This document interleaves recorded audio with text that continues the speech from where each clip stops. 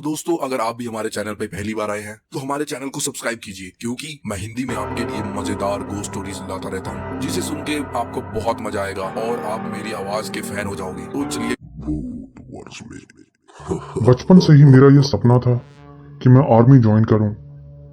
बचपन में जब वीडियो गेम्स खेलता था तो सोचता था कि काश एक दिन मुझे भी असली गन्स चलाने का मौका मिलेगा। और फिर मेरा यह सपना सच हो गया। मेरा आर्मी की इन्फेंट्री यूनिट में सिलेक्शन हो गया। आर्मी ज्वाइन करने के बाद मैंने अपनी ट्रेनिंग पूरी की। ऐसी ट्रेनिंग जो अच्छों के पसीने छुड़ा दे। ट्रेनिंग इतनी मुश्किल होती है कि एक बार तो हर किसी के दिमाग में आता है कि कहीं उसने कोई गलती तो नहीं कर ली मिलिट्री ज्वाइन करके। मेरे दिमाग में भी ये ख्याल आया था, लेकिन मैंने अपनी ट्रेनिंग पूरी कर ली। लेकिन इसके बाद जिन चीजों से मेरा सामना अपनी सर्विस के दौरान हुआ, उसके आगे तो वो ट्रेनिंग कुछ भी नहीं थी। शुरुआती ट्रेनिंग पूरी होने के बाद मेरी पहली पोस्टिंग एक रेगिस्तानी स्टेट में हुई थी। मैं आपको उस जगह का नाम तो नहीं बताऊंगा, लेकिन आप समझ ही गए होंगे कि वो कौन सी जगह हो सकती है। दूर दूर तक सिर्फ रेतीले रेगिस्तान के अलावा और कुछ नहीं था। वहां से सबसे पास इंसानी आबादी वाली जो जगह थी, वो भी करीब 4 घंटे की दूरी पर थी। इसी बीच रेगिस्तान में हम अपने एक टेम्परेरी कैंप में रुके थे। जो लोग रेगिस्तान में रह चुके हैं वो ये बात जानते होंगे कि रेगिस्तान का मौसम कैसा होता है। दिन में जब धूप पड़ती है तो रेत गर्म होने के कारण यहाँ बहुत गर्मी हो जाती है, लेकिन रात में अंधेरा होने के बाद ठंड भी उतनी ही ज्यादा हो जाती है। वो गर्मियों का मौसम था, लेकिन उस दिन कुछ ज्यादा ही गर्मी पड़ रही थी। हम सब लोग रेगिस्तान में ही अपने टेंट्स के अंदर बैठे मिलिट्री टैक्टिक्स के बारे में सीख रहे थे। सबको रात का इंतजार था, क्योंकि रात में हमें अपनी एक्चुअल नाइट विजन ट्रेनिंग के लिए जाना था। फिर किसी तरह वो दिन बीता और रात हुई।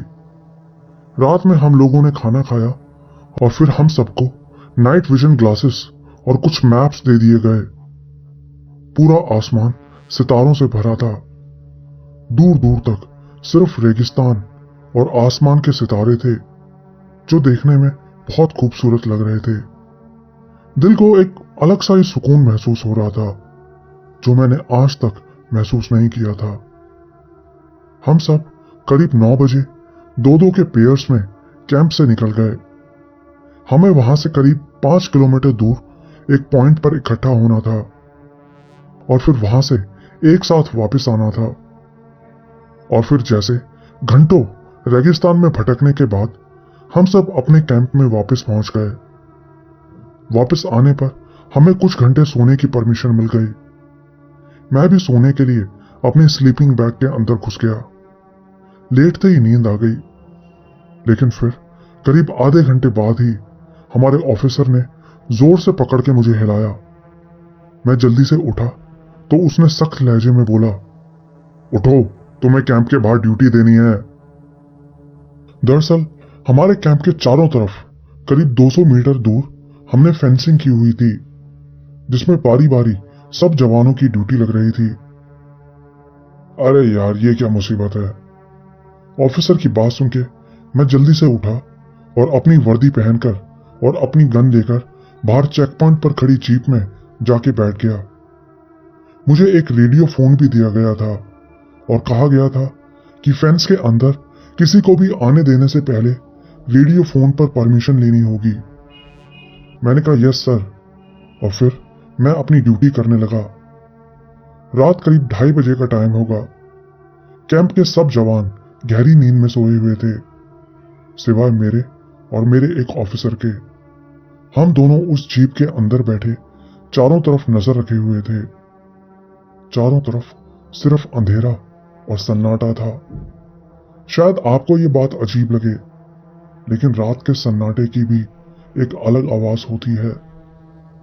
बीच बीच में सियारों के रोने की आवाज आती तो कभी कोई खरगोश भागता हुआ दिखाई देता।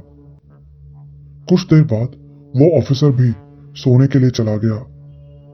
अब मैं जीप में बिल्कुल अकेला था। वो एक ओपन जीप थी। मैंने अपने नाइट विजन गॉगल्स लगाए और सीट पीछे करके लेट गया और आसमान की तरफ देखने लगा। लेकिन तभी मुझे कुछ दूर फिर से एक सियार के रोने की आवाज आई। आवाज बहुत पास से आई थी, लेकिन मैंने ज्यादा ध्यान नहीं दिया और सीट सीधी करके चारों तरफ देखने लगा। लेकिन फिर मुश्किल से 5 मिनट बाद मुझे दूर से एक जवान हमारी तरफ आता दिखाई दिया। नॉर्मल आराम से चलता हुआ वो हमारे कैंप की तरफ आ रहा था। मुझे लगा शायद हमारे ही कैंप का कोई जवान बाहर टॉयलेट के लिए गया होगा और वही वापस आ रहा होगा। मैंने अभी भी नाइट विजन गॉगल्स लगाए हुए थे, लेकिन तभी मैंने नोटिस किया कि उस जवान की आंखें चमक नहीं रही थी। मतलब उसकी आंखों से लाइट रिफ्लेक्ट होती नहीं लग रही थी, जो कि बहुत अजीब बात थी। मैंने गॉगल्स हटा दिए और उसको अपने पास आता देखने लगा और करीब 2 मिनट बाद ही वो मेरे सामने आके खड़ा हो गया और फिर कुछ देर सीधा मेरी आंखों में घूरने के बाद वो बोला, क्या मैं अंदर आ सकता हूं? उसकी आवाज बहुत अजीब थी। मतलब एक अजीब सी रोबोट जैसी आवाज। उसमें कोई इमोशंस नहीं थे। बहुत अजीब बात थी। मैंने उससे पूछा, तुम्हारा नाम क्या है और टॉयलेट के लिए तुम्हें इतनी दूर जाने की क्या जरूरत थी? उसने बताया उसका नाम हवलदार किशन लाल है, सेम उसी रोबोट वाली आवाज में। लेकिन मेरे टॉयलेट वाले सवाल का उसने कोई जवाब नहीं दिया। मैं उस यूनिट में नया था, इसलिए मैं तो किसी हवलदार किशन लाल को नहीं जानता था। लेकिन उसको अंदर जाने देने से पहले मुझे अपने ऑफिसर की परमिशन लेनी थी। मैंने रेडियो फोन पे अपने ऑफिसर को कॉल किया। जय हिंद श्रीमान, यहाँ कोई हवलदार किशन लाल आया है, इसको अंदर आने दे सकता हूं क्या? हवलदार किशन लाल? इस कंपनी में तो कोई हवलदार किशन लाल नहीं है और हमारी दूसरी यूनिट यहां से 25 किलोमीटर दूर है, इससे पूछो। ये बोलते बोलते अचानक से ऑफिसर रुक गया। अरे नहीं, शिट, उसको अंदर मत आने देना और उसकी तरफ देखना मत, ना उससे कोई बात करना, चाहे कुछ भी हो जाए, और जल्दी से भाग के आ जाओ वहां से। ऑफिसर एकदम से घबराते हुए बोला। सामने फेंस के दूसरी तरफ खड़ा वो हवलदार किशन लाल भी ये सब कुछ सुन रहा था और इससे पहले कि मैं कुछ समझ पाता, उसका चेहरा एकदम से गुस्से से लाल हो उठा, जैसे कि वो अभी जंप मार के आएगा और मेरा गला चीर के मेरा खून पी जाएगा। मैं उसी वक्त जीप से उतरा और तेजी से भागता हुआ कैंप में पहुंचा तो देखा कि कैंप में सब जवान पहले से ही उठ चुके थे। सब लोग जल्दी से जीप में अपना सामान पैक कर रहे थे। कमांडर ने तुरंत सबको वहां से निकल जाने का ऑर्डर दिया था। इतनी जल्दबाजी में सब कुछ जीप्स में भरा गया कि हमारा बहुत सारा सामान जैसे टेंट्स, खाना वगैरह वहीं छूट गया था। और फिर हम पूरे 3 घंटे का नॉन स्टॉप सफर तय करके सीधा अपने मेन बेस पर पहुंचे। अचानक से ऐसा करने के पीछे क्या कारण था मुझे कुछ नहीं बताया गया, लेकिन फिर हमारे एक स्क्वाड लीडर ने, जो वहां का लोकल भी था, उसने बताया कि वो हवलदार किशन लाल कैंप के अंदर आने की परमिशन नहीं मांग रहा था। मुझे नहीं पता उसकी बात का क्या मतलब था। अगर वो कैंप के अंदर नहीं आना चाह रहा था तो किसके अंदर आना चाह रहा था? पता नहीं ऐसा क्या था जो हम सबको वहां से यूं अचानक भागना पड़ा। खैर, आर्मी ज्वाइन करने के बाद यह मेरे साथ घटा पहला ऐसा अजीब वाकया था, लेकिन आखिरी नहीं था। इस घटना के कुछ महीने बाद एक बार मेरी पोस्टिंग हिमाचल प्रदेश में हुई थी। वो एक छोटा सा मिलिट्री बेस था, दूर पहाड़ों पे जंगलों के बीच। उस बेस को मेनली ट्रेनिंग के लिए यूज किया जाता था, पहाड़ों के ऊपर लड़ने और सर्वाइवल करने की ट्रेनिंग देने के लिए। उस जगह बहुत सारे पहाड़ थे और ठंड थी। वो सर्दियों का मौसम नहीं था, इसलिए वहां बर्फ तो नहीं थी, लेकिन फिर भी सर्द हवाएं चलती थीं। जब हम पहली बार वहां पहुंचे तो हमें रहने के लिए कंक्रीट के बने बंकर्स मिले थे। उन बंकर्स के अंदर ही बहुत सारे बंक बेड्स लगे थे जिन पे हम सोया करते थे। बाहर की तरफ कुछ बाथरूम्स भी बने थे और नहाने के लिए एक अलग एरिया था।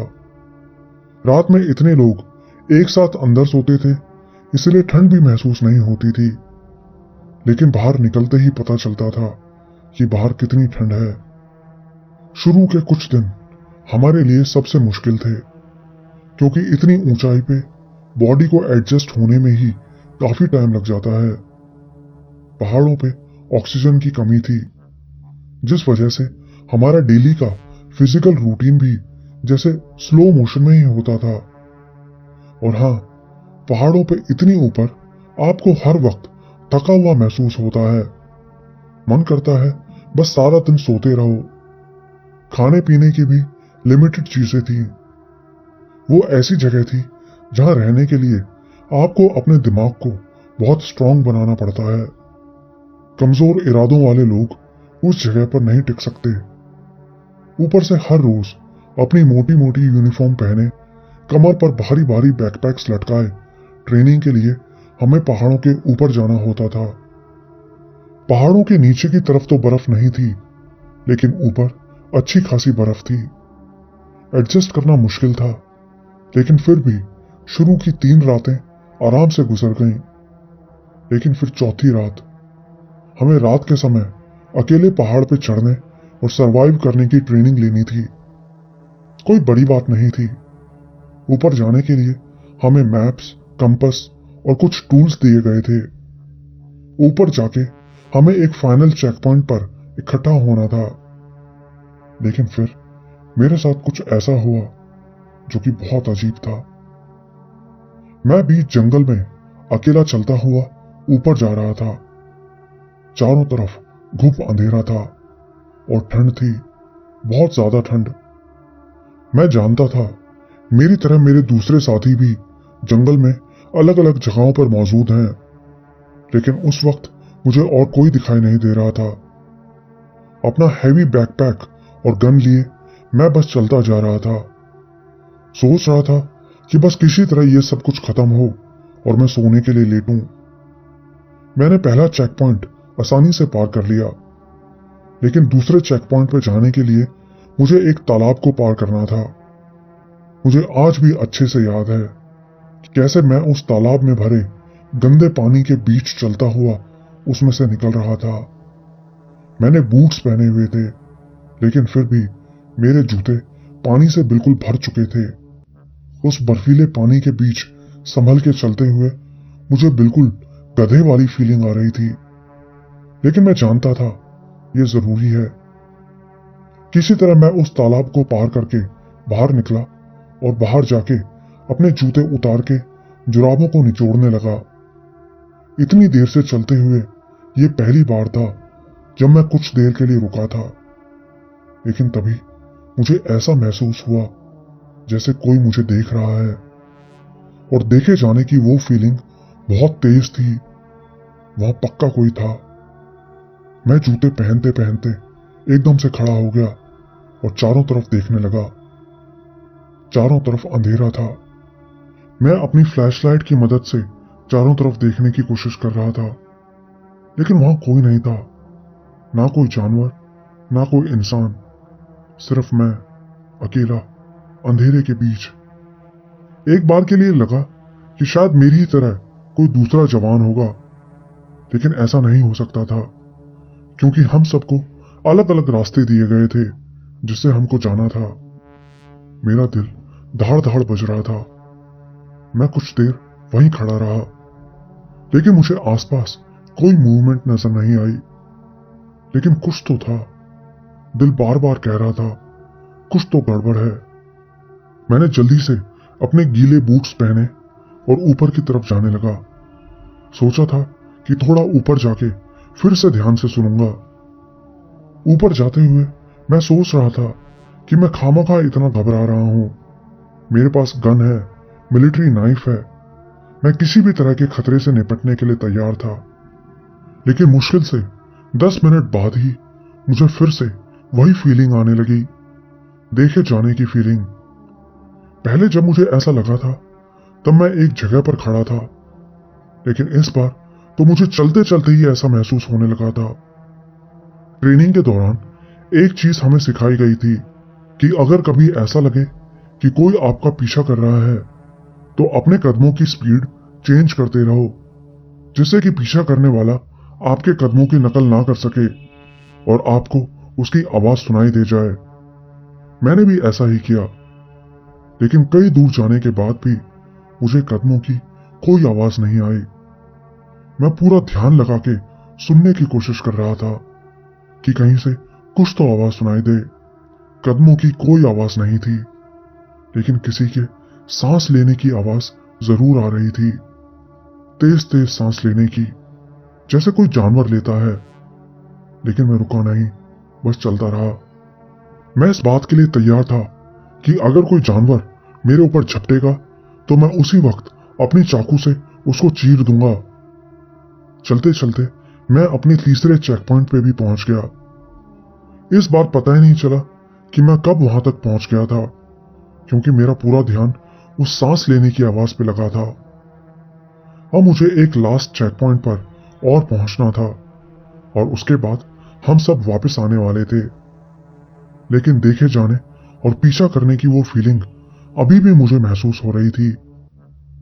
कुछ दूर चलने के बाद मुझे ऊपर से जीप की हल्की हल्की आवाज आने लगी, मतलब कि मैं लास्ट चेक पॉइंट के पास पहुंचने ही वाला था।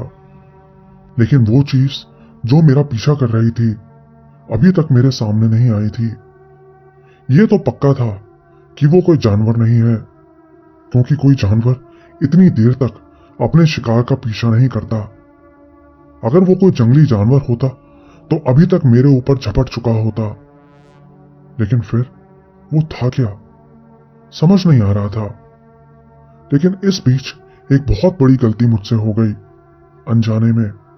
वो ये कि मैंने अनजाने में ही उस चीज को अपनी पूरी यूनिट तक पहुंचा दिया। पहले तो वो सिर्फ मेरा ही पीछा कर रहा था, लेकिन अब उसको मेरी पूरी यूनिट के बारे में पता चल गया था। लेकिन इस बात का मुझे तब पता नहीं चला था। आखिरी चेक पॉइंट पे पहुंचने के बाद हमारी पूरी यूनिट सही सलामत जीप्स में बैठ के बेस पर वापस जाने लगी।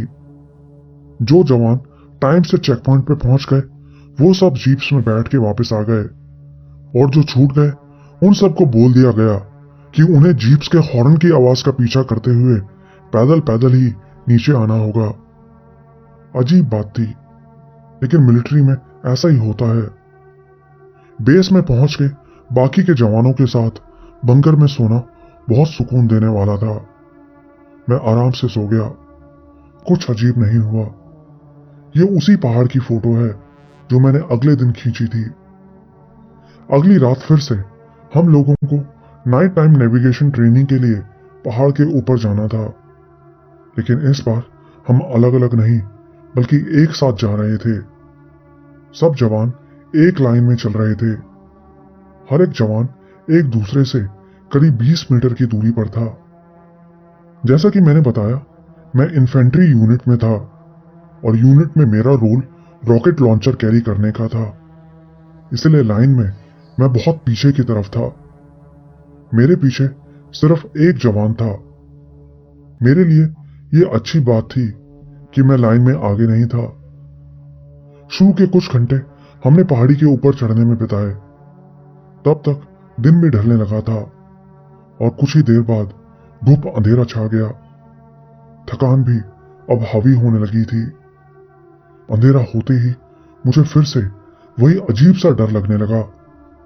चारों तरफ सन्नाटा था। मैं भी चुपचाप बस चले ही जा रहा था कि तभी मुझे किसी की आवाज सुनाई दी, शायद मेरे पीछे वाले जवान की। उसने जोर से मेरा नाम लिया था। आवाज सुन के मैं रुक गया और पीछे मुड़ के देखने लगा। पीछे एक जवान चलता हुआ आ रहा था। मुझे रुका देख वो चिल्ला के बोला, ये क्या कर रहे हो, चलते रहो नहीं तो हम पीछे छूट जाएंगे। हम सब एक सीरीज में चल रहे थे। जैसे एक चेन होती है और चेन का एक भी लिंक अगर टूट जाए तो पीछे की पूरी चेन टूट जाती है। उसकी बात सुन के मुझे बहुत अजीब लगा। मैंने कहा, हाँ मैं चल रहा हूं। जाहिर था उसने मेरा नाम नहीं लिया था, तो फिर मेरा नाम लिया किसने था? मेरे आगे वाला जवान मुझसे काफी दूर निकल गया था। मैं पेड़ों और झाड़ियों के बीच उसको हल्का हल्का देख पा रहा था। मैंने उसको आवाज लगाई, अरे रुकना, लेकिन उसने मेरी आवाज नहीं सुनी। और तभी मुझे मेरे पीछे वाले जवान की आवाज आई, ओह शिट, ये क्या है? उसकी आवाज सुनते ही मैंने झट से साइड में पेड़ों की तरफ देखा तो पेड़ों में से अजीब सी आवाज आ रही थी, टहनियां टूटने की आवाज, जैसे कोई वहां चल रहा हो तेजी से। मैं भाग के मेरे पीछे वाले जवान के पास जाने लगा। वो मुश्किल से मुझसे 15 मीटर दूर होगा, लेकिन रात के अंधेरे में इतनी दूरी भी बहुत दूर लगती है। मैं भाग के उस तरफ गया, लेकिन वो वहां नहीं था। उसका बैकपैक और उसकी राइफल वहीं जमीन पे पड़ी हुई थी। मैंने उसको आवाज लगाई जोर जोर से, लेकिन उसका कोई जवाब नहीं आया। मैंने झट से रेडियो फोन निकाला, लेकिन ये क्या, रेडियो फोन डेड हो रखा था। मैंने अपनी दोनों फ्लैशलाइट्स ऑन करी, लेकिन फ्लैशलाइट्स भी डेड थी। शिट शिट शिट, मैं जोर जोर से चिल्लाने लगा कि मेरी टीम को मेरी आवाज सुनाई दे जाए, लेकिन नहीं। फिर मैं अपनी इमरजेंसी विसल निकाल के सीटी बजाने लगा, लेकिन कोई फायदा नहीं। उस वक्त मेरे लिए सबसे जरूरी मेरे साथी को ढूंढना था। मैं वहीं आसपास उसको ढूंढने की कोशिश करता रहा।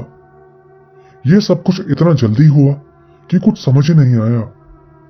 मुझे नहीं पता उन लोगों को कब यह मालूम पड़ा कि मैं पीछे छूट गया हूं और वो किस तरह मुझ तक पहुंचे, लेकिन जब तक उन लोगों ने मुझे ढूंढा, लग रहा था जैसे घंटों बीत गए हैं। वो चीज अभी भी वहीं आसपास घूम रही थी। बीच बीच में मुझे अपने आसपास से कुछ रगड़ने घिसटने की आवाज आती, लेकिन कोई कुछ दिखाई नहीं देता। लग रहा था जैसे वो मेरे साथ खेल रहा है, खिलौने की तरह। आखिर में जब मेरे स्क्वाड ने मुझे ढूंढा तो मैंने उनको पूरी बात बताई। पेड़ों के बीच उन कदमों की आवाज के बारे में भी बताया, लेकिन उन सबको यकीन था कि वो जवान बस रास्ता भूल गया होगा। फिर हम सब ने मिलकर उसको कई घंटों तक ढूंढा, लेकिन वो जवान नहीं मिला। फिर अगली सुबह एक बकरी चराने वाले ने हमें उस जवान की सूचना दी, लेकिन चीजें तो अभी और अजीब होने वाली थीं। वो जवान जहां से गायब हुआ था, वहां से 30 किलोमीटर दूर एक दूसरे पहाड़ के ऊपर बेहोश पड़ा मिला था। इन दोनों पहाड़ों के बीच में बहुत सारे पहाड़ पड़ते थे, जिनको कि एक रात में पार करना एक तरह से इम्पॉसिबल था। जब उस जवान को बेस पे लाया गया तो उसके कानों में से खून निकल रहा था और उसको अपना नाम तक याद नहीं था। उसकी पूरी बॉडी पर खरोंचों के निशान थे और ठंड की वजह से उसको हाइपोथर्मिया हो गया था, लेकिन उसकी जान खतरे में नहीं थी। आखिर में किसी तरह वहां एक हेलीकॉप्टर को बुला के उसको बेस हॉस्पिटल में शिफ्ट करवाया गया। इस घटना के बाद मुझे मेरे ऑफिसर ने बताया कि मुझे फिलहाल ट्रेनिंग से हटा के नीचे मेन बेस में भेजा जाएगा पूछताछ के लिए। सच बताऊं तो मेरे लिए ये खुशी की ही बात थी कि मैं उस जगह से दूर जाने वाला था। यूनिट के बाकी जवानों को जैसा बताया गया उन्होंने वैसा ही मान लिया था कि पहाड़ पर चढ़ाई करते हुए उसकी तबीयत खराब हुई और वो बदहवासी में 30 किलोमीटर दूर चला गया। कोई इस बारे में बात नहीं कर रहा था। पिछली 2 रात मैंने जो कुछ नोटिस किया था, मैंने वो सब बताने की भी कोशिश की, लेकिन फिर मेरे ऑफिसर ने मुझे साइड में बुला के सख्त लहजे में मुझे समझा दिया कि इस बारे में कोई बात नहीं होनी चाहिए। शायद वो ऐसा कुछ जानता था जो मुझे नहीं पता था। शायद ऊपर के सब लोगों को पता था कि यहां कुछ गड़बड़ है, और इसके बावजूद उन्होंने हमें यहां भेजा। मिलिट्री में ऐसा ही होता है, सिर्फ रेत में घुसेड़े रहो और दुआ मनाते रहो कि सब कुछ ठीक है। खैर, मुझे क्या, मेरा काम दिमाग चलाने का नहीं बल्कि ऑर्डर्स फॉलो करने का था। इसके बाद मुझे एक आर्मर्ड ट्रक में हमारे मेन बेस ले जाया गया पूछताछ के लिए। पूरा रास्ता आराम से निकल गया, कुछ भी अजीब नहीं हुआ। बेस में पहुंच के वो लोग मुझे एक छोटे से ऑफिस के अंदर लेकर गए। ऑफिस कंक्रीट से बना लग रहा था, मतलब कि वो कोई टेम्परेरी ऑफिस नहीं था। अंदर मिलिट्री पुलिस के कुछ लोग थे जो मेरी तरह अपनी ड्यूटी कर रहे थे। उन्होंने मुझसे सवाल पूछे और मेरी स्टेटमेंट ली। उन्होंने मुझसे पूछा कि उस जवान के गायब होने से पहले मैंने कोई अजीब चीज देखी थी या उस जवान को कोई अजीब हरकत करते देखा था। मैंने कहा नहीं तो, अजीब चीज तो मैंने कोई नहीं देखी, ना उस जवान को मैंने ऐसा कुछ करते देखा था। वो तो मेरे पीछे था, इसलिए मैं तो उसे देख भी नहीं पा रहा था। बस उसके गायब होने से पहले मैंने उसकी आवाज सुनी थी, बस। इसके बाद आर्मी इंटेलिजेंस के कुछ लोग मुझसे बात करने आए। एक बार पहले भी मैं इंटेलिजेंस के लोगों से मिल चुका था। वो लोग तो बहुत अच्छे थे, लेकिन ये ऐसे नहीं थे। ये आते ही सीधा मुद्दे की बात पर आ गए। इन्होंने पूरे केस की बातें एक बार में मुझे बताई, जैसे कोई किताब पढ़ के सुना रहे हो। मतलब उनकी आवाज से ऐसा नहीं लग रहा था जैसे उनको किसी बात से कोई हैरानी हुई थी या कुछ और। मतलब मुझे ऐसा लग रहा था जैसे ये सब कुछ उनके लिए बहुत नॉर्मल था। उन्होंने भी वही सब सवाल पूछे जिनके जवाब मैं पहले कई बार दे चुका था। मैंने उन्हें उन सब अजीब चीजों के बारे में भी बताया जो मैं पिछले कुछ दिनों से नोटिस कर रहा था। मुझे लगा था मेरी बात सुन के वो शायद थोड़ा हैरान होंगे या इस बात को सीरियसली लेंगे, लेकिन मेरी बात सुन के उनके चेहरे पर तो जरा सी शिकन भी नहीं आई, जैसे उन्हें कोई फर्क ही ना पड़ा हो। आखिर में उन्होंने कहा कि लगता है पहाड़ों के ऊपर जाने से तुम्हारी तबीयत खराब हो गई थी, इसीलिए शायद तुम हेलुसिनेट करने लगे थे। उनकी बात सुन के मुझे बहुत तेज गुस्सा आया, लेकिन मैं जानता था इन लोगों से बहस करना ठीक नहीं है। और हाँ, एक और चीज, उन्होंने मुझसे पूछा कि उस दिन मैंने कोई फोटो भी खींची थी क्या। मैंने कहा नहीं, मैंने कोई फोटो नहीं ली। अजीब बात थी, फोटो लेने के बारे में क्यों पूछा होगा उन्होंने।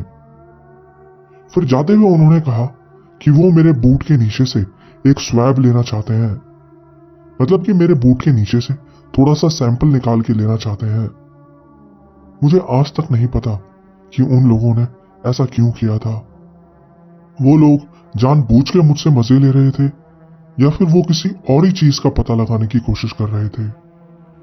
लेकिन एक चीज जो मुझे पता लगी थी वो ये कि वो चीज जिसने उस जवान को वहां से गायब किया था वो कुछ ऐसी थी कि उसके वहां आने से जमीन और आसपास की चीजों के केमिकल कॉन्फ़िगरेशन चेंज हो गए थे। शायद उस चीज ने कोई ऐसा आइसोटोप प्रोड्यूस किया होगा जो मेरे बूट्स के नीचे लग गया होगा। सच बताऊं तो मुझे नहीं पता इन सब बातों का क्या मतलब था, लेकिन जाने से पहले उन लोगों ने मुझसे साइन करवाए थे कि इस बारे में मैं आर्मी से बाहर कभी किसी को नहीं बताऊंगा। ये बहुत साल पहले की बात है। अब मुझे नहीं लगता कि ये बात किसी को याद भी होगी, इसलिए मैं ये बातें आपको बता तो रहा हूं, लेकिन फिर भी कुछ ऐसी चीजें हैं जो मैंने आपसे भी छुपाई हैं। खैर, इसके बाद मुझे वापस जीप से मेरी यूनिट वाले बेस पर छोड़ दिया गया। पहुंचते पहुंचते मुझे रात हो गई थी। हमारे यूनिट के सब जवान नाइट टाइम प्रैक्टिस के लिए गए थे, लेकिन 2-4 जवान वहीं रुके थे तबीयत खराब होने की वजह से, इसलिए मैं वहां बिल्कुल अकेला नहीं था। बेस पे पहुंच के मैं तसल्ली से गर्म पानी से नहाया और सोने के लिए लेट गया। मैं बहुत थका हुआ था, लेकिन फिर भी नींद आ ही नहीं रही थी। मैं स्मोक करता तो नहीं था, लेकिन फिर भी मैं हमेशा अपने साथ सिगरेट का एक पैकेट जरूर रखता था। ये अच्छा मौका था बाहर जाके कुछ देर स्मोक करने का। शायद स्मोक करने से मेरा दिमाग थोड़ा शांत हो जाए और मुझे नींद आ जाए। मैं बाहर निकल के स्मोक करने लगा। रात का टाइम था, दूर दूर तक अंधेरा फैला था। बस बेस के मेन गेट पर एक लाइट लगी थी। सामने करीब 50 मीटर दूर से ही घने पेड़ों की लाइन शुरू हो रही थी, जिसके आगे दूर दूर तक घना जंगल फैला था। सब कुछ ठीक चल रहा था, लेकिन फिर तभी अचानक से मुझे फिर से वही मनहूस फीलिंग आने लगी, देखे जाने की फीलिंग। पता नहीं साली वो कौन सी चीज थी जो मेरा पीछा ही नहीं छोड़ रही थी। और सबसे बड़ा सवाल था, क्यों क्यों वो मेरे पीछे पड़ी थी। मैंने उसी वक्त सिगरेट फेंकी और अंदर चला गया। अंदर जाके कुछ देर लेटे रहने के बाद मुझे नींद आ गई, लेकिन हर 10 मिनट में मेरी आंख खुले जा रही थी, सपने से नहीं, बस अपने आप ही। फिर सुबह होते होते हमारी बाकी की यूनिट भी बेस में वापस आ गई। फिर दोपहर 12 बजे के करीब हमें अगली ट्रेनिंग में जाने के लिए बुला लिया गया। इस बार हमें दिन में पहाड़ की चढ़ाई करनी थी और रात वहीं बिता के अगले दिन वापस आना था। ये बात सुन के मेरा दिल तो एकदम से ही बैठ गया। लेकिन जब आप फौज में होते हैं तो आपको अपने डर के ऊपर काबू पाना होता है। ट्रेनिंग चाहे कितनी भी मुश्किल क्यों ना लगे, ये बात सच है कि असली सिचुएशन में आपकी ट्रेनिंग ही आपकी जान बचाती है। खैर, फिर 1 घंटे बाद ही हम लोग एक ऊंचे पहाड़ के नीचे खड़े थे, ऊपर चढ़ने के लिए तैयार। मौसम भी साफ था, किसी को नहीं लग रहा था कि यहां कोई परेशानी होगी। लेकिन फिर हमारे पहाड़ चढ़ना शुरू करते ही तेज तूफान आने लगा। हवा बहुत तेज हो गई, ऊपर से बर्फ झड़ झड़ के नीचे गिर रही थी। ठंडी हवा शरीर पे ऐसे लग रही थी जैसे कोई हमें ब्लेड से काट रहा हो। ना कुछ दिखाई दे रहा था। पहाड़ी पे पैर रखते ही पैर फिसले जा रहा था।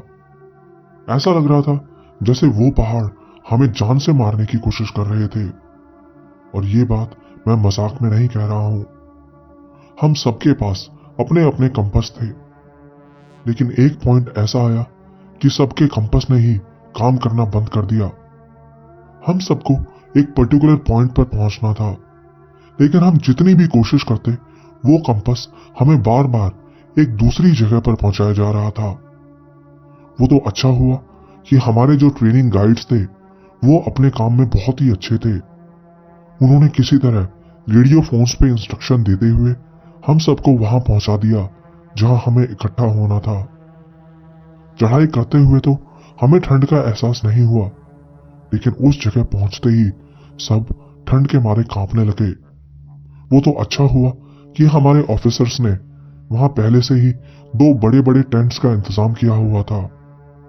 वैसे तो इस तरह की ट्रेनिंग में हम कभी टेंट्स का यूज नहीं करते थे, लेकिन वहां जिंदगी और मौत का सवाल था। लेकिन चीजें तो अभी और खराब होने वाली थी। कुछ ही देर बाद तूफान और तेज हो गया। हवा के साथ साथ तेज बारिश भी हो रही थी। हम एक दूसरे की आवाज तक नहीं सुन पा रहे थे। हवा इतनी तेज थी कि टेंट लग ही नहीं पा रहा था। किसी तरह बहुत ही मुश्किल से हमने अपने टेंट लगाए और सारा सामान अंदर रखा। टेंट लगने तक टेंट्स के अंदर 2-3 इंच पानी भर चुका था। हमारी पूरी बॉडी पानी से निचुड़ चुकी थी, लेकिन गनीमत थी कि हमारे स्लीपिंग बैग्स वाटरप्रूफ थे। शाम होते होते टेम्परेचर और कम हो गया। अब सब जवान आराम करने लगे, लेकिन मिलिट्री में ऐसा कभी नहीं होता कि सबके सब एक साथ आराम करें। किसी न किसी को हर वक्त जाग कर नजर रखनी होती है। अभी अंधेरा नहीं हुआ था, इसलिए सबसे पहले नजर रखने के लिए मैंने ही अपना नाम दे दिया। मैंने सोचा था कि अभी कुछ घंटे ड्यूटी कर लूंगा और फिर रात में आराम से सो जाऊंगा। ये मेरी उसी वक्त की फोटो है। इसमें आप देख सकते हैं कि कैसे मेरी जैकेट पानी में बिल्कुल तर हो चुकी है। कुछ घंटे टेंट में ही बैठ के ड्यूटी देने के बाद अब मैं अपने स्लीपिंग बैग के अंदर सोने चला गया। मुझे नहीं पता मेरी आंख कब लगी, लेकिन फिर किसी की आवाज सुन के अचानक से मेरी आंख खुल गई। कोई हमारे टेंट के बाहर मदद मांग रहा था। मैंने नोटिस किया कि ये उसी जवान की आवाज थी जो कुछ दिन पहले गायब हो गया था और 30 किलोमीटर दूर मिला था। लेकिन ऐसा कैसे हो सकता था, क्योंकि वो जवान तो अभी हॉस्पिटल में था। वो तो अभी तक यूनिट में वापस आया ही नहीं था। मैंने नोटिस किया कि वो मदद के लिए किसी जवान का नाम लेके उसको आवाज देता और उसको बाहर बुलाने की कोशिश करता। लेकिन हमारे स्क्वाड लीडर ने सबको चिल्ला के बोल दिया था कि कोई भी टेंट से बाहर नहीं निकलेगा। उसके कई देर तक मदद मांगने के बाद भी जब कोई बाहर नहीं निकला तो वो जैसे बिल्कुल भीख मांगने लगा। प्लीज बाहर आ जाओ, मेरी हेल्प करो। आवाज से लग रहा था जैसे वो मुश्किल से 20 मीटर दूर पेड़ों के बीच खड़ा था। मैंने खुद अपना नाम उसके मुंह से 2 बार सुना था। हम में से कोई बाहर नहीं निकला और फिर करीब 20 मिनट बाद वो आवाज आना बंद हो गई। लेकिन आवाज बंद होते ही हमें सामने से धड़ाम से एक पेड़ के गिरने की आवाज आई। लेकिन हम में से कोई बाहर नहीं निकला। हम सब टेंट के अंदर ही रहे तब तक जब तक कि बाहर से जीप्स की आवाज नहीं आई। जीप्स की आवाज के साथ ही हमारे रेडियो पे कॉल आई। 20 सेकंड के अंदर हमें अपना सारा सामान पैक करके वहां से निकलने का ऑर्डर मिला था। हमारे पास सिर्फ 5 मिनट थी उस इलाके से निकल जाने के लिए। लेकिन मैं फिर भी टेंट से बाहर नहीं निकला जब तक कि 5-6 जवान मुझसे पहले बाहर नहीं निकल गए। मैंने जिंदगी में पहले कभी लोगों को इतनी तेजी से पैकिंग करते नहीं देखा था। कुछ ही सेकंड्स में टेंट को बांध के जीप के पीछे ठूंस दिया गया। बाहर 3 जीप्स खड़ी थीं। हमें बताया गया कि खराब मौसम की वजह से हमें वापस बेस पर ले जाया जा रहा है। लेकिन हम सब जानते थे कि असली बात कुछ और थी। हम वहां से निकल तो लिए थे, लेकिन रात के वक्त जीप से नीचे उतरना इस मौसम में आसान काम नहीं था। वो जो कुछ भी था अभी भी पहाड़ पर मौजूद हो सकता था। लेकिन खुशकिस्मती से हम सब सही सलामत अपने बेस पर पहुंच गए। बेस पे पहुंच के सबने शावर लिया और फिर सूखे कपड़े पहन के सोने के लिए लेट गए। कोई इस बारे में बात नहीं करना चाहता था, लेकिन हम सब जानते थे कि अगले कुछ दिनों में हमें फिर से उस पहाड़ पर जाना होगा ट्रेनिंग पूरी करने के लिए। अगले दिन हम सो के उठे, लेकिन थकान अभी भी बनी हुई थी। यूनिट के कुछ जवानों को रात में भीगने से निमोनिया हो गया था। ठंड, तूफान और वो सब अजीब अजीब चीजें, कहीं ना कहीं हम सब थोड़ा सा जरूर हिल गए थे। पिछली रात जो कुछ हुआ उसके बारे में कोई खुल के तो बात नहीं कर रहा था, लेकिन दबी जुबान में सब इसके बारे में बातें करने की कोशिश कर रहे थे। कुछ जवानों का कहना था कि रात में जो कुछ हुआ वो सब एक प्रैंक था, नए जवानों को डराने के लिए। वो लोग इस बात को मजाक में उड़ा रहे थे और हंस रहे थे, लेकिन शायद वो भी जानते थे कि उनकी हंसी झूठी है। बाकी के हम सब जवान अपने वेपन्स और सामान को साफ करने में लगे थे अपने अगले ट्रेनिंग मिशन के लिए। मुझे ऐसा बोलना तो नहीं चाहिए, लेकिन पता नहीं हमारी यूनिट के ऑफिसर्स को ही ट्रेनिंग का इतना कीड़ा क्यों लगा था। आप चाहे जितने भी बहादुर हों, कितने भी मजबूत हों, लेकिन एक पॉइंट के बाद आपकी मोटिवेशन भी कम होने लगती है। मैं हर समय अपने बैरक्स में ही रहता था, सिर्फ एक्सरसाइज के लिए ही बाहर जाता था। मेरी किसी और को यह बताने की हिम्मत नहीं थी कि वो चीज शायद अभी भी बाहर से पेड़ों के बीच से हमें देख रही होगी। हमारे बेस के अंदर ही एक कैंटीन भी बनी थी। उसमें ज्यादा कुछ तो नहीं था, लेकिन पिछले कई दिनों से मेस का खाना खा खा के मेरा दिमाग खराब हो गया था। इसलिए मैंने सोचा कैंटीन से जाके कुछ चॉकलेट्स या कोई मीठी चीज खरीद के खाता हूं। कैंटीन की तरफ गया तो देखा कि वहां 5-7 लोग पहले से खड़े थे। 5-7 लंबे तगड़े आदमी। देखने से ही पता चल रहा था कि वो हमारी यूनिट के नहीं है। तभी मेरी नजर उनमें से एक की बाजू पर पड़ी। उसकी बाजू पे एक टैटू बना था, मार्कोस का टैटू। जिनको नहीं पता उनको बता दूं कि मार्कोस नेवी की स्पेशल फोर्सेस यूनिट है और इस यूनिट में मिलिट्री के कुछ सबसे अच्छे वेल ट्रेन्ड जवानों को लिया जाता है। जब मैं आर्मी की तैयारी कर रहा था तो मेरे एक रूममेट ने मार्कोस के लोगों के पोस्टर को दीवार पे लगा रखा था। मैं उनके पास गया और उनसे पूछने लगा कि आप मार्कोस है ना? मेरी बात सुन के वो सब मेरी तरफ पलट के देखने लगे। बोले हाँ, लेकिन तुम्हें कैसे पता? मैंने कहा मैंने आपका टैटू देखा। मेरी बात सुन के वो मुस्कुराने लगे, लेकिन तभी मैंने नोटिस किया कि उनमें से एक तो मेरे स्कूल का फ्रेंड था। मतलब वो था तो मुझसे बड़ा, लेकिन वो मेरे एक फ्रेंड के बड़े भाई का फ्रेंड था, जिससे मेरी भी स्कूल टाइम में उसे अच्छी दोस्ती हो रखी थी। हम अच्छे दोस्त थे, लेकिन बाद में पता चला कि वो पता नहीं कहां गायब हो गया था। स्कूल कॉलेज के बाद हमने उसे कांटेक्ट करने की बहुत कोशिश की, लेकिन वो सोशल मीडिया तक पे नहीं था। अब समझ आया कि वो कहां गायब हो गया था। वो मार्कोस कमांडो बन गया था। कितना बड़ा इत्तेफाक था। मेरे बचपन का एक दोस्त जो सालों बाद मिला तो कहां मिला। हम दोनों ने एक दूसरे की तरफ देखा और आंखों ही आंखों में हमने एक दूसरे को पहचान लिया।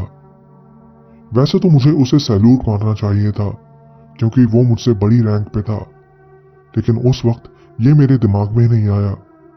मैंने उसे हाथ मिलाया तो खुशी के मारे वो मेरा हाथ छोड़ ही नहीं रहा था। उसको भी मुझसे मिलके बहुत खुशी हुई थी।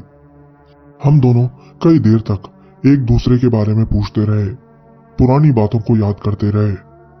लेकिन वो पुरानी बातों के बारे में बात तो कर रहा था, लेकिन अभी भी अपने बारे में वो कुछ नहीं बता रहा था।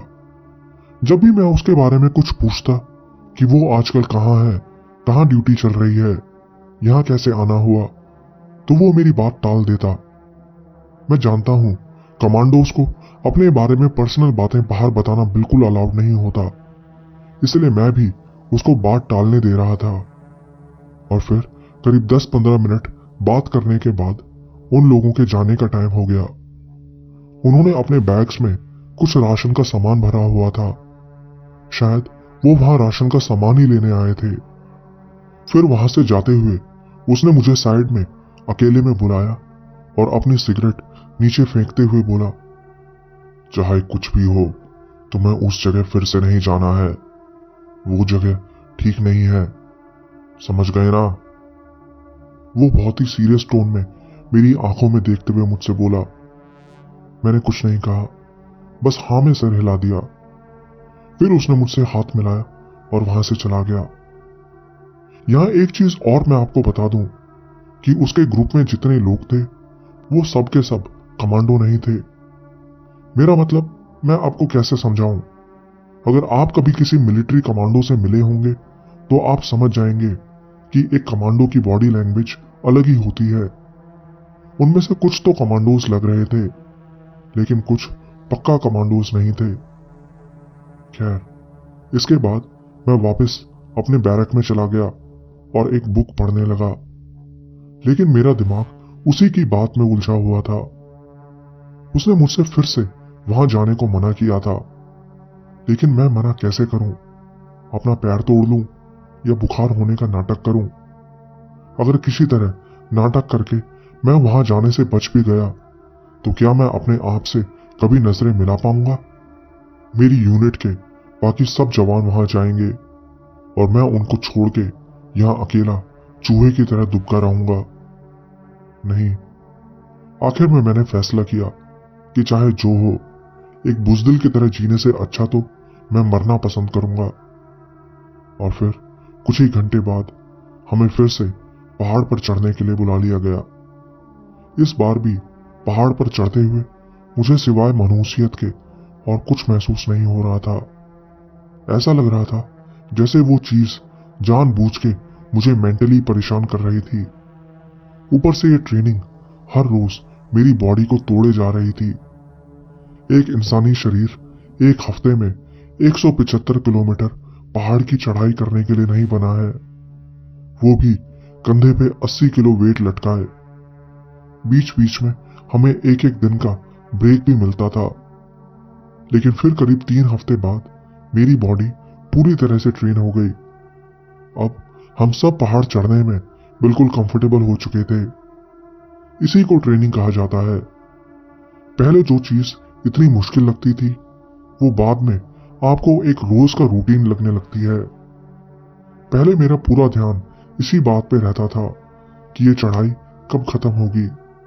लेकिन अब मैं और छोटी छोटी चीजों पे ध्यान देने लगा था, जैसे ऊपर चढ़ते हुए किस तरह बर्फ पे कदम संभाल के रखने हैं, कैसे कम समय में ज्यादा दूरी तय की जा सकती है, और भी कई छोटी छोटी चीजें जो आप सिर्फ एक्सपीरियंस से ही सीख सकते हैं। लेकिन इस पूरे टाइम वो अजीब सा डर मेरे दिल में बना रहता था। आखिर में मैं इसी नतीजे पे पहुंचा कि ये सब सिर्फ मेरे दिल का वहम है और यहां ऐसी कोई चीज नहीं है। लेकिन मैं गलत था।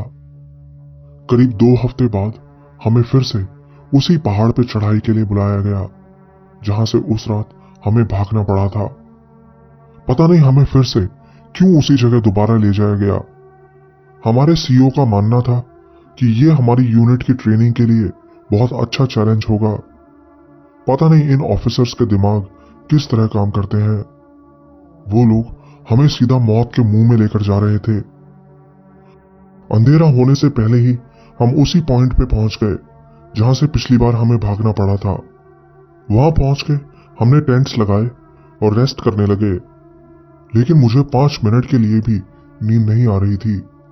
एक अजीब सा डर लग रहा था, बहुत ज्यादा डर। मैंने अपनी टीम के लीडर से बात की तो उसने भी कहा कि उसको भी बहुत अजीब सा महसूस हो रहा है। गनीमत थी कि इस बार मौसम साफ था और हमें रात में वापस भी नहीं भागना पड़ा। फिर अगली सुबह हमें हमारे फाइनल मिशन के बारे में बताया गया। वो एक असॉल्ट ट्रेनिंग थी। हमें ऊपर उस पहाड़ की चोटी पर पहुंचना था। ऊपर हमको रोप्स की मदद से जाना था और आखिरी का जो 500 मीटर का रास्ता था उसको पैदल पार करना था।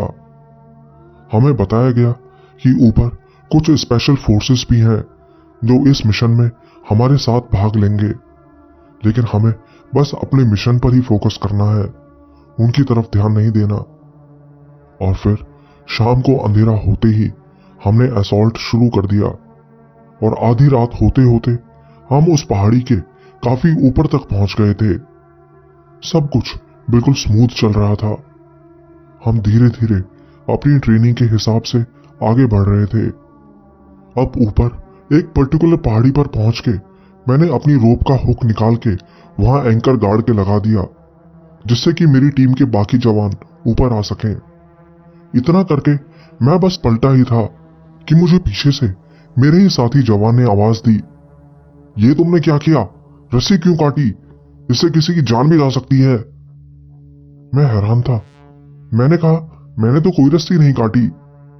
मैंने झट से पलट के उस तरफ जाके देखा तो देखा कि वो नायलॉन रोप बिल्कुल क्लीन कटी हुई थी। मेरा मतलब, मुझे नहीं पता आप लोगों ने कभी क्लाइंबिंग रोप देखी है या नहीं, लेकिन उस रोप को काटना बहुत मुश्किल काम होता है। और अगर आप उसको कितने भी शार्प नाइफ से काट भी लें तो भी वो इतनी सफाई से नहीं काटी जा सकती जैसे वो रोप कटी हुई थी। वो देखते ही मैं समझ गया कि ये पक्का उसी चीज ने किया है जो पिछले 1 महीने से हमारे पीछे पड़ी थी, हमारी जान लेने की फिराक में।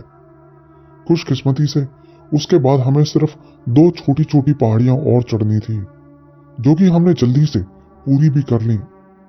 अब सिर्फ आखिर का 500 मीटर का रास्ता बचा था। लेकिन हमारी सोच के उलट वो बिल्कुल खड़ी चढ़ाई थी, जिस पे चढ़ना इतना भी आसान नहीं था। और तभी ना जाने कहां से इतना तेज तूफान वहां आ गया। सच बताऊं तो आज तक मैंने अपनी जिंदगी में इतना खतरनाक तूफान नहीं देखा था। मतलब आप मान लो कि उस वक्त आंधी कम से कम 100 किलोमीटर घंटे की स्पीड से चल रही थी। वो सब कुछ बहुत बुरा था। मुझे पक्का यकीन था कि आज रात मैं ठंड में अकड़ के मर जाऊंगा। करीब 3 घंटे बाद पता चला कि हमारी यूनिट के कई जवान वहां से गायब हो चुके थे। ये पता चलते ही हमारा सबसे पहला रिएक्शन था कि हम अभी आगे नहीं जाएंगे, बल्कि हम में से आधे जवान यहीं रुकेंगे और आधे नीचे वापस से उन खोए हुए जवानों को ढूंढने के लिए जाएंगे। वो मेरी जिंदगी की सबसे सर्द रात थी, लेकिन चढ़ाई करने से शरीर में थोड़ी बहुत गर्मी पैदा हो रही थी, जिससे हम जिंदा बचे हुए थे। ऐसे में वहां रुकने का मतलब था सीधा मौत।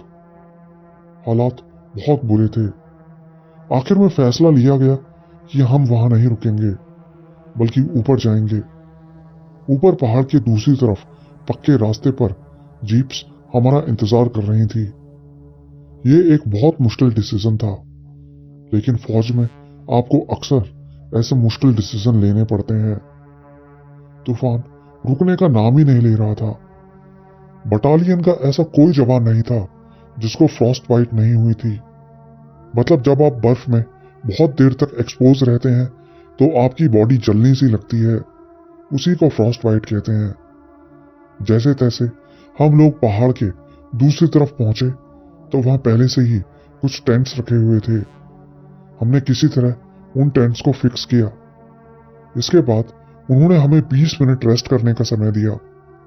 तब तक वो लोग ये फैसला लेने की कोशिश कर रहे थे कि उन खोए जवानों के बारे में क्या करना चाहिए।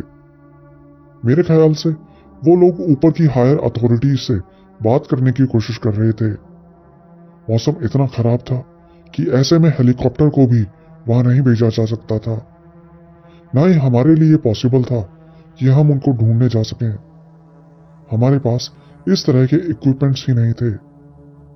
हवा का एक तेज झोंका हम सबको पहाड़ से नीचे धकेल सकता था। आखिर में उन्होंने फैसला किया कि हम लोग नीचे जाए बिना ऊपर से ही अपने थर्मल ऑप्टिक्स की मदद से उनको ढूंढने की कोशिश करेंगे। लेकिन कोई फायदा नहीं हुआ। हमें एक भी जवान दिखाई नहीं दिया।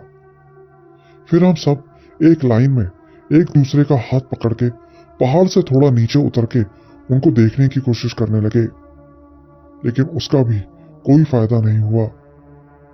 इस बार हम अपना 80 किलो का बैग अपने कंधों पे लाद के नहीं लाए थे, इसलिए वापस से ऊपर जाने में ज्यादा परेशानी नहीं हुई। सुबह के 4 बज चुके थे। हमें वापस से 20 मिनट के लिए टेंट्स में जाके रेस्ट करने को बोला गया। उस वक्त तक हम सबकी हालत बिल्कुल ज़ॉम्बीज़ जैसी हो चुकी थी। लेकिन फिर जो हुआ उस पे शायद आपको यकीन भी ना हो। हम सब टेंट में चले तो गए, लेकिन इसके अगले 12 घंटों तक हम में से किसी को कुछ भी याद नहीं कि हमारे साथ क्या हुआ। जब हमारी आंख खुली तो हम अपने टेंट्स के अंदर ही थे, लेकिन पिछली रात क्या हुआ इसका हमें कुछ भी याद नहीं था। तब तक स्पेशल फोर्सेस के कमांडोज भी वहां पहुंच चुके थे, जिनमें मेरा वो दोस्त भी था। मैंने देखा कि वो कमांडोज हमारी यूनिट के ऑफिसर से किसी बारे में बात कर रहे थे। तब तक मुझे पता ही नहीं था कि स्पेशल फोर्सेस के कमांडोज ने उन सब खोए हुए जवानों को ढूंढ भी लिया है। पिछली बार की तरह 30 किलोमीटर दूर नहीं, बस 5-10 किलोमीटर दूर ही सब जवान मिल गए थे। सबके कानों में से ब्लीडिंग हो रही थी। फिर हमने बेस कैंप पे रेडियो कॉल किया तो उन्होंने हमें लेने के लिए स्पेशल जीप्स वहां भेज दी। ऐसी जीप्स जो बर्फ में भी चल सकने के काबिल थीं। अंधेरा होने तक हम लोग वापस अपने बैरक्स में पहुंच चुके थे। बेस पे पहुंच के हमारी ब्रीफिंग हुई, जिसमें बताया गया कि हमारा मिशन कितनी अच्छे से सक्सेसफुल हुआ। बकवास।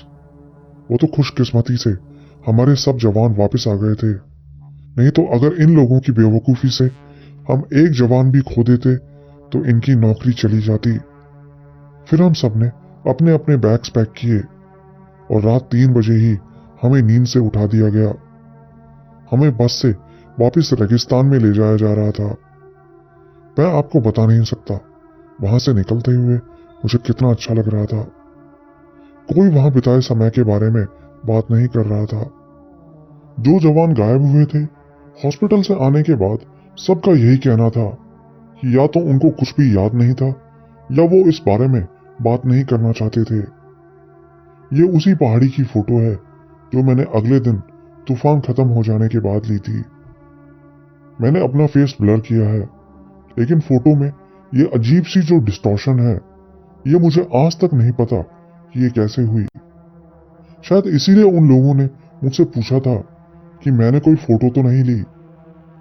खैर, मैं बस इस बारे में भूल जाना चाहता था। दिवाली भी आने वाली थी, इसलिए वहां से आने के बाद हमें 1 महीने की छुट्टी दे दी गई।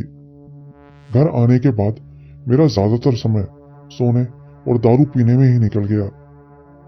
जिंदगी की ऐसी छोटी छोटी चीजें जिन पे हमारा ध्यान ही नहीं जाता, जैसे आराम से सोफे पे बैठ के आराम से टीवी देखना, बिना किसी टेंशन के, बिना किसी मिशन के। मैं अब इन चीजों को अप्रिशिएट करने लगा था। लेकिन वो कहते हैं ना, अच्छा समय हमेशा नहीं रहता। और फिर 1 महीने बाद ही मैं वापस से रेगिस्तान में पहुंच चुका था, अपनी गन और हैवी बैकपैक के साथ।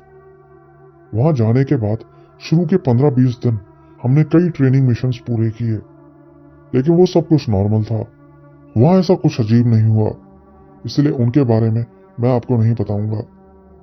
लेकिन एक घटना ऐसी थी जिसके बारे में मैं आपको जरूर बताऊंगा। वो दिसंबर का महीना था और रात के समय रेगिस्तान में इतनी ठंड हो जाती थी कि आप सोच भी नहीं सकते। ऊपर से ठंडी हवाएं सबसे खतरनाक थी। आप मोटे मोटे कपड़ों की 50 लेयर्स भी क्यों ना पहन लो, लेकिन फिर भी बाहर ड्यूटी देते हुए ठंडी हवा आपके शरीर तक पहुंच ही जाती है। शुरू के कुछ दिन तो हमने फायरिंग प्रैक्टिस की, अलग अलग वेपन से। इसके बाद हमें वहीं रेगिस्तान में ही एक दूसरी फायरिंग रेंज में ले जाया गया। मतलब असल में वो फायरिंग रेंज नहीं थी, बल्कि वो एक मॉकअप एरिया था जिसमें डमी मैप्स लगाए हुए थे और एक पूरे छोटे शहर का ढांचा बना हुआ था। हमें उसी में अपना मिशन पूरा करना था। जब हम वहां पहुंचे तब तक अंधेरा हो चुका था, स्ट्रीट लाइट्स ऑन थी। वहां पहुंच के हमने जल्दी से अपने बैकपैक्स तैयार किए और एक खाली बिल्डिंग में पहुंच गए। हम जानते थे वो बिल्डिंग असली नहीं है, सिर्फ ट्रेनिंग के लिए वहां बनाई गई है, लेकिन दिखने में वो ऐसी लग रही थी जैसे बिल्कुल असली हो। उसकी दीवारों पर पेंटिंग्स बनी थी, कमरों में फर्नीचर रखा हुआ था, यहां तक कि घर में यूज होने वाले इलेक्ट्रिक आइटम्स भी रखे थे। ऐसा लग रहा था जैसे शहर की किसी रियल बिल्डिंग को उठा के वहां रेगिस्तान में रख दिया गया हो। बहुत सारी बिल्डिंग्स, टेम्परेरी सड़कें, गलियां, बाजार, दुकानें, सब कुछ वहां बनाया गया था।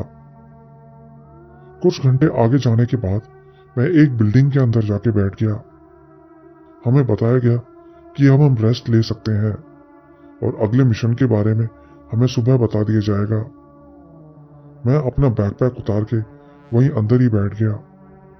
अंदर ठंडी हवा नहीं लग रही थी।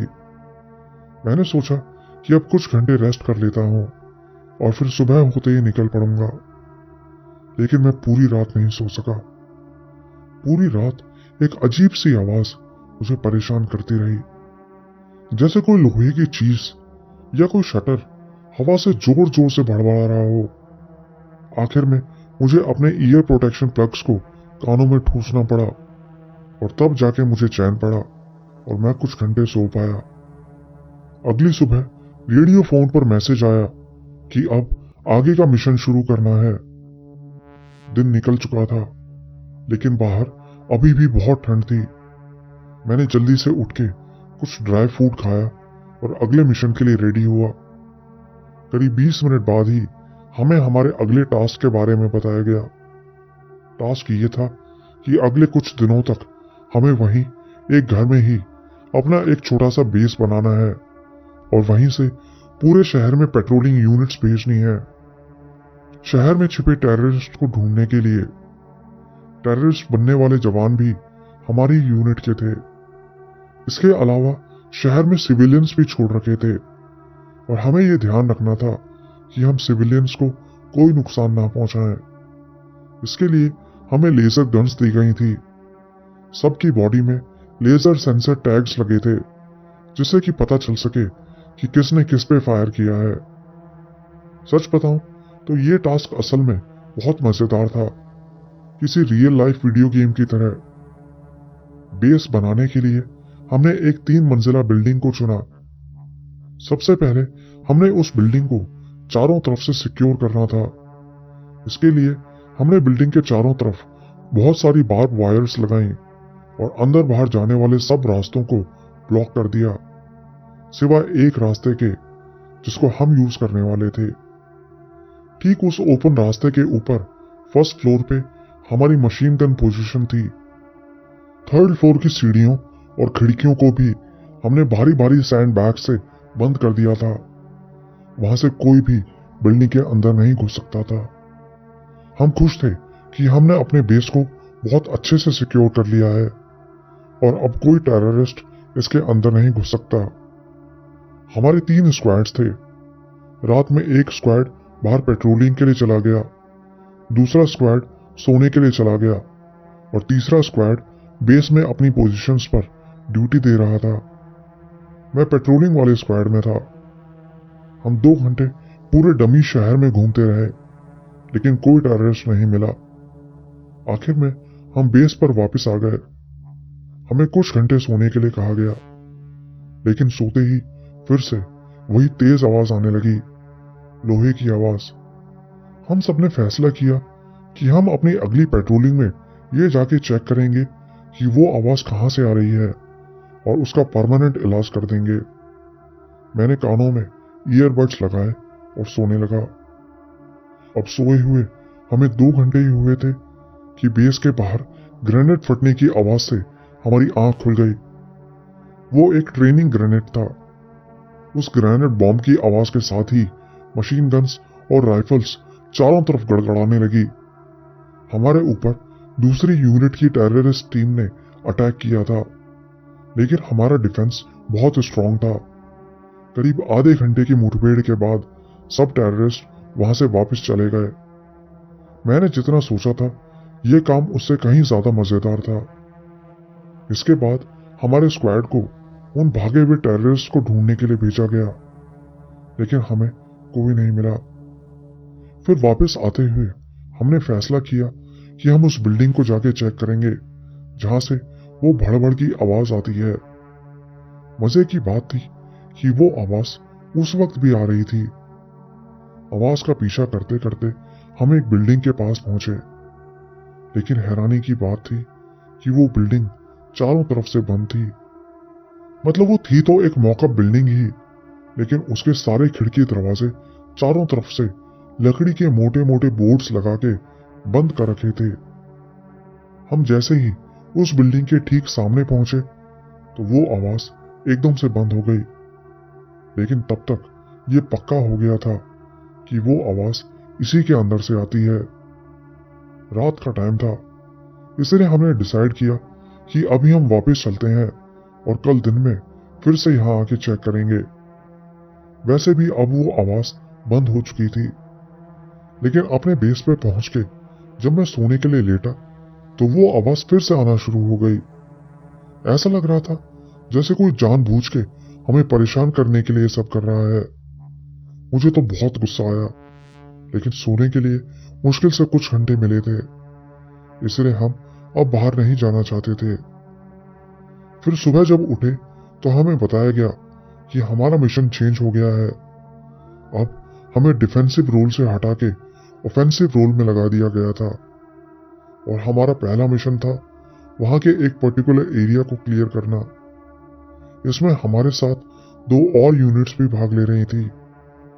यह हमारा आखिरी मिशन था और इसके बाद हम वापस अपने घर चले जाने वाले थे, लेकिन हमारा ऑपरेशन रात में शुरू होना था। दिन में हमें मिशन से रिलेटेड कुछ ब्रीफिंग्स दी गई और कुछ दूसरी बातें सिखाई गई, और फिर शाम को अंधेरा होते ही हमारा मिशन स्टार्ट हो गया।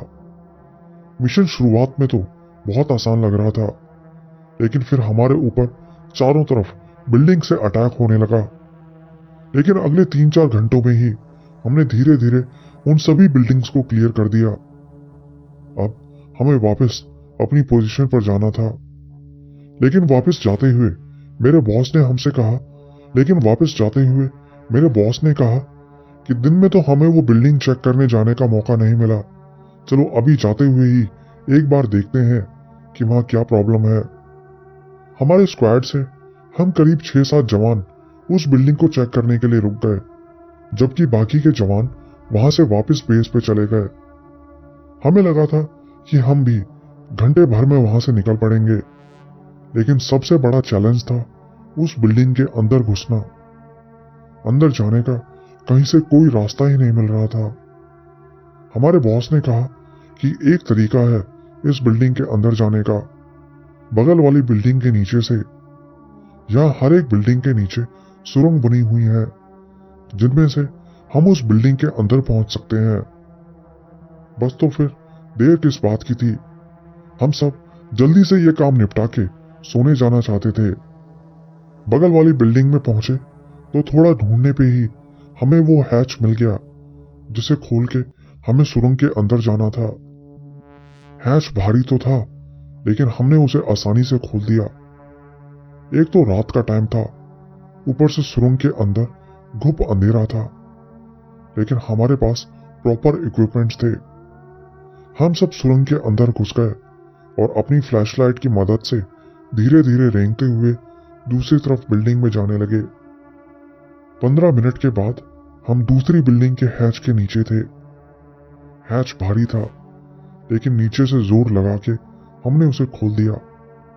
अब हम उस बिल्डिंग के अंदर खड़े थे, जिसमें से वो भड़बड़ की आवाज आती थी। फ्लैशलाइट्स में हमने देखा कि लकड़ी के बोर्ड्स को ड्रिल करके सब खिड़कियों को बंद करके रखा था। बड़ी अजीब बात थी, पता नहीं ऐसा क्यों किया गया होगा। हम 6 लोग उस पूरे हॉल में इधर उधर उस आवाज का पता लगाने की कोशिश कर ही रहे थे कि तभी बचाओ, मुझे बचाओ, ऊपर वाले फ्लोर से किसी औरत के चीखने की आवाज आई। क्या? औरत की आवाज? ये कैसे हो सकता है? इस नकली बिल्डिंग में तो क्या, इस पूरे इलाके में ही किसी औरत के होने का कोई मतलब ही नहीं था। हम सब एक दूसरे की तरफ देखने लगे, लेकिन कोई कुछ नहीं बोला। आंखों आंखों में सबने फैसला किया कि हम ऊपर जाके चेक करेंगे। और तभी ऊपर वाले फ्लोर से फिर से आवाज आई, आ जाओ, हम ऊपर ही हैं। नहीं, ये पक्का कोई प्रैंक था। शायद वो लोग हमारे साथ मजाक कर रहे थे। हम जल्दी से भाग के ऊपर वाले फ्लोर पे पहुंचे, लेकिन वो फ्लोर तो बिल्कुल खाली था। बस पुराना टूटा फूटा फर्नीचर पड़ा हुआ था। समझ नहीं आ रहा था कि ये सब क्या हो रहा है।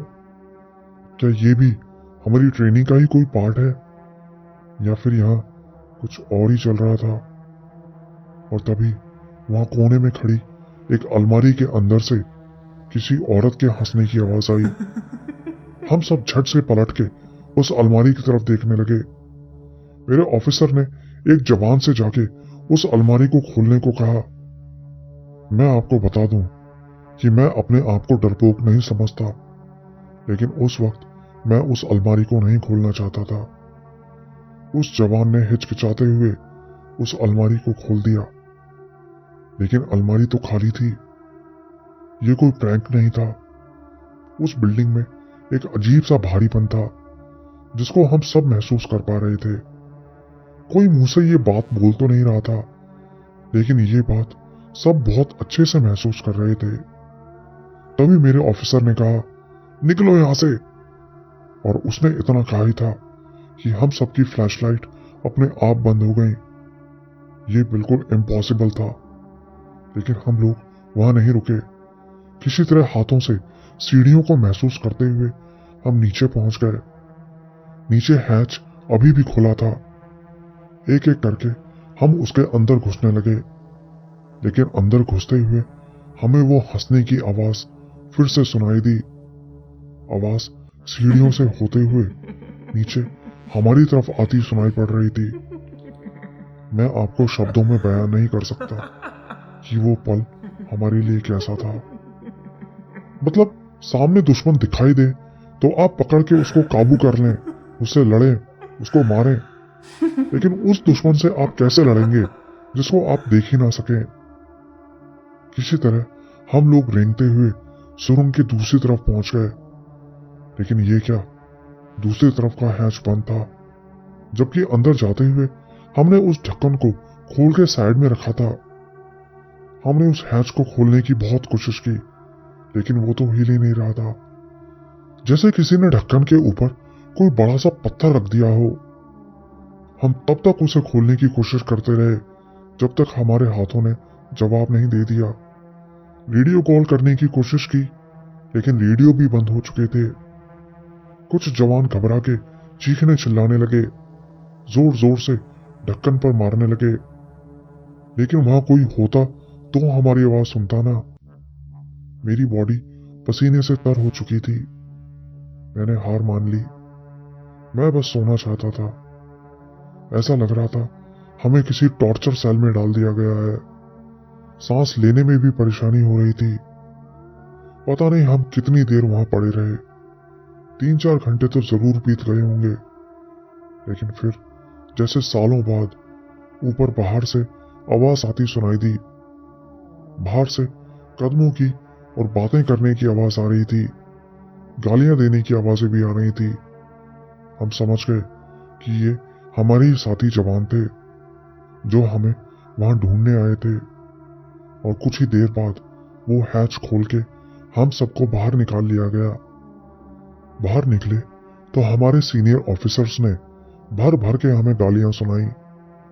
हमारा ऑफिसर जो हमारे साथ था, उसको बताया गया कि उसके खिलाफ एक्शन लिया जाएगा, लेकिन मेरे दिमाग में तो बस यही चल रहा था कि मेरी जान बच गई, मुझे और कुछ नहीं चाहिए था।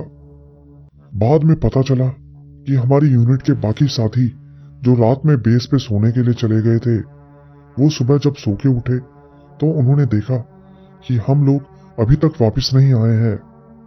इस बात की खबर उन्होंने सीनियर ऑफिसर्स को दी तो बड़ी मुश्किल से वो लोग हमें ढूंढते हुए वहां तक पहुंचे और हमें बाहर निकाला। अगर वो जवान इस बात पे ध्यान नहीं देते कि हम गायब हैं, तो शायद हमारी वहां से लाशें ही बाहर निकलती। वार्निंग देके हमें छोड़ दिया गया। अगले ही दिन हम सब वापस अपने बेस पर आ गए। फौज में काम करते हुए आप हर समय अपनी जान हथेली पे लेके घूमते हैं। एक चूक और आप अपनी जान गंवा सकते हैं। ये काम मुश्किल है, बहुत मुश्किल, लेकिन किसी को तो ये काम करना ही होगा। आज मैंने आपको बहुत कुछ बता दिया, लेकिन इन घटनाओं के अलावा भी ऐसी घटनाएं हैं जिनके बारे में मैं आपको बताना चाहूंगा, लेकिन फिर कभी और। आज के लिए इतना ही। जय हिंद, जय भारत।